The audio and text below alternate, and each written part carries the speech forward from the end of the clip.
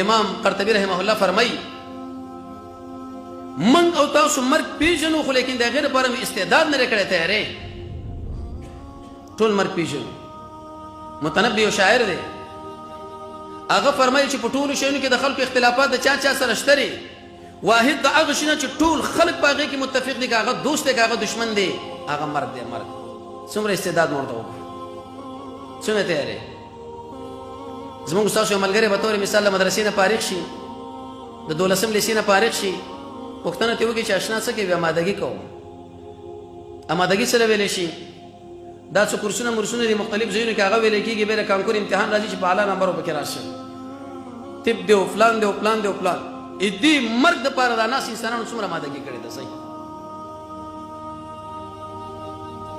الله عز وجل فرمایي جاءکم النذیر. یو تفسیر مفسرین دا کوي چې ستا مور پلار مې مړه نه کړه